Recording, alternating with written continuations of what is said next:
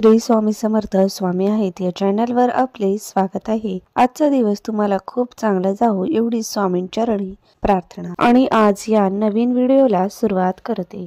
तर आज आहे मौनी अमावस्या। तर तुम्हाला या दिवशी एक उपाय करायचा आहे।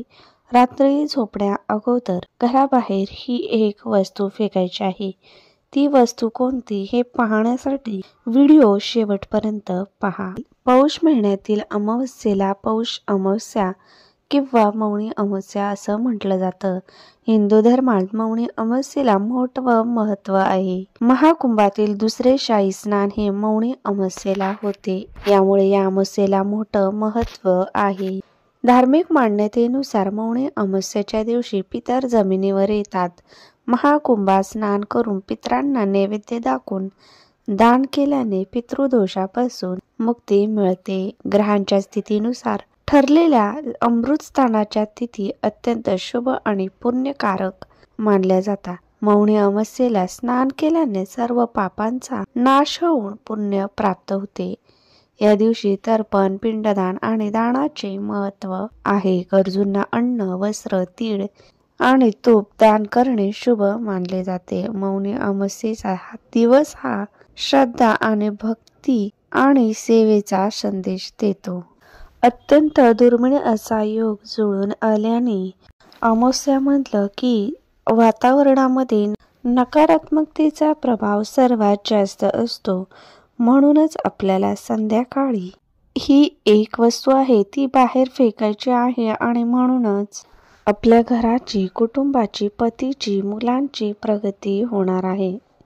आपल्या 7 पिढ्यांचं जे दुःख आहे, दारिद्र्य आहे ते सर्व नष्ट होणार आहे।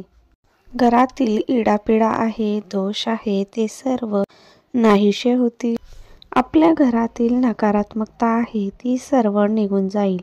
तर अशी कोणती वस्तू आहे जी मौनी अमावस्येला आपल्याला रात्री घराबाहेर फेकून द्यायची आहे, हे आज आपण व्हिडिओमध्ये पाहणार आहोत। तर व्हिडिओ कुठेही स्किप करू नका, पूर्ण पहा। आपल्या घरामध्ये काही ना काही दोष असतात, ते दोष नष्ट व्हावे व आपल्या घराची प्रगती व्हावी। आपल्या घरामध्ये बरेच लोक येत असतात, तर काही लोक चांगल्या भावनेने येतात, तर काही लोक वाईट भावना असतात। तर अशा लोकांना आपलं चांगलं झालेलं अशा लोकांना बघवत नाही, तर असं आपलं वाईट चिंतणाऱ्या लोकांमध्ये सुद्धा आपल्या घरामध्ये नकारात्मकता येत असते व त्याचे दोष आपल्याला आपल्या घरामध्ये लागत असतात आणि आपणही बऱ्याच वेळा निगेटिव्ह विचार करत असतो। तसेच आपल्या घरामध्ये भांडणं झाले तर आपल्याकडून काही वाईट शब्द बाहेर निघतात, याचे सुद्धा दोष निर्माण होतात व घरामध्ये नकारात्मकता पसरते व या नकारात्मकतेमुळे आपल्या घरावर संकट, दोष, अडचणी ओढावून येतात।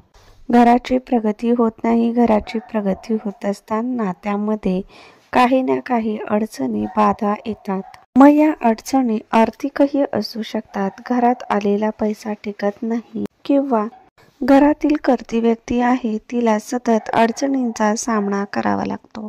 तर यासाठी आपल्याला हा उपाय करायचा आहे। तर हा उपाय आपल्याला संध्याकाळी 3 संध्येच्या वेळेला करायचा आहे किंवा संध्याकाळपासून अगदी रात्री 12 वाजेपर्यंत हा उपाय करू शकता। तर या उपायासाठी तुम्हाला काळे तीळ घ्यायचे आहे। जर काळे तीळ नसतील तर तुम्ही काळे उडीद घेतले तरी चालेल किंवा अख्खे काळे उडीद घेतले तरी अति उत्तम। 1 चमचाभर तुम्हाला काळे तीळ घ्यायचे आहेत। 2 अख्ख्या फुल लवंगा घ्यायच्या आहेत। त्या लवंगा कुठेही तुटलेल्या नसाव्यात, त्या पूर्ण अखंड असाव्या। सोबतच 2 वेलची घ्यायच्या आहे आणि 2 काळी मिरी घ्यायच्या आहेत व 1 हळकुंड घ्यायचा आहे। हे सर्व वस्तू तुम्हाला या उपायासाठी लागणार आहेत। हे सर्व साहित्य तुम्हाला एका प्लेटमध्ये घ्यायचं आहे व ते देवघरासमोर आसन घेऊन बसायचं आहे व तुम्हाला तिथे दिवा प्रज्वलित करायचा आहे। त्यानंतर तुम्हाला भगवान श्री हरी विष्णूंचे नामस्मरण करायचे आहे, तसेच माता लक्ष्मीचेही नामस्मरण करायचे आहे। तुम्ही तुमच्या कुलदेवीचं नामस्मरण करायचं आहे। तुमचा ज्या देवांवर विश्वास आहे, श्रद्धा आहे, त्या देवांचं नामस्मरण करायचं आहे. या सर्व वस्तू तुम्हाला तुमच्या ओंजळीमध्ये घ्यायच्या आहे, हाताच्या ओंजळीमध्ये घ्यायच्या आहे व तुम्हाला संपूर्ण घरामध्ये फक्त टॉयलेट बाथरूम सोडून प्रत्येक कानाकोपऱ्यामध्ये या वस्तू टच करायच्या आहे, यांचा स्पर्श करायचा आहे. व हे सर्व टच स्पर्श करून झालं की तुम्हाला मुख्य दरवाजाच्या बाहेर जायचं आहे. तिथे उभा राहिल्यानंतर तुम्हाला या सर्व वस्तू तुमच्या मुख्य दरवाजाच्या वरून 7 वेळा फिरवायच्या आहे. घड्याळाच्या दिशेने तुम्हाला या सर्व वस्तू 7 वेळा उतरून घ्यायच्या आहे व या उतरून घेत असताना ओम नमो भगवती वासुदेवाय नमः या मंत्राचा जप करायचा आहे. तुम्ही तुमच्या घराबाहेरच या वस्तू टाकून द्यायच्या आहे, जिथे कोणाचाही पाय पडणार नाही, कोणालाही काही त्रास होणार नाही याची काळजी घ्यायची आहे व या वस्तू अशाच ठिकाणी टाकायच्या आहेत. या वस्तूंवर कोणाचाही पाय पडू नये याची काळजी घ्यायची आहे. किंवा तुम्ही एका झाडाखाली देखील या वस्तू टाकून देऊ शकता. कारण आपण जेव्हा घरावरून या वस्तू ओवाळून घेत असतो तेव्हा आपल्या घरातील जी नकारात्मकता आहे ती सर्व या वस्तू शोषून घेत असतात. त्यामुळे या वस्तू कोणाच्या अंगावर पडल्या किंवा कोणाचा त्यावर पाय पडला तर त्या नकारात्मकतेचा त्या व्यक्तीला त्रास होऊ शकतो. तर या उपायामुळे दुसऱ्यांना कोणतीही अडचण होणार नाही. या दृष्टीने आपल्याला हे उपाय करायचे आहे आणि तरच याचे फळ आपल्याला मिळत असते. व हे सर्व टाकून आल्यानंतर तुम्हाला आधीच या उपायाच्या आधीच एक बादलीभर पाणी बाहेर ठेवायचे आहे. व या वस्तू जेव्हा तुम्ही फेकून याल तेव्हा मागे बघायचं नाही, कोणाशी बोलायचं नाही. घरी आल्यानंतर स्वच्छ तोंड हात पाय धुवूनच घरामध्ये प्रवेश करायचा आहे व या उपायाबद्दल कोणालाही काही सांगायचं नाही.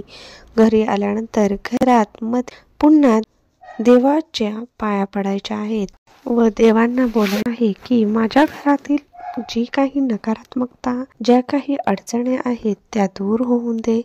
हे मनापासून बोलायचं आहे. आपले कठीणातील कठीण जी काही इच्छा असेल ती पूर्ण होऊन दे अशी प्रार्थना करायची आहे. आपल्याला हे संपूर्ण वर्ष सुखाचं जावं, आपल्या घराकडे माता लक्ष्मी सदैव राहो. तर आजच्या दिवशी तुम्हाला हा उपाय नक्कीच करायचा आहे.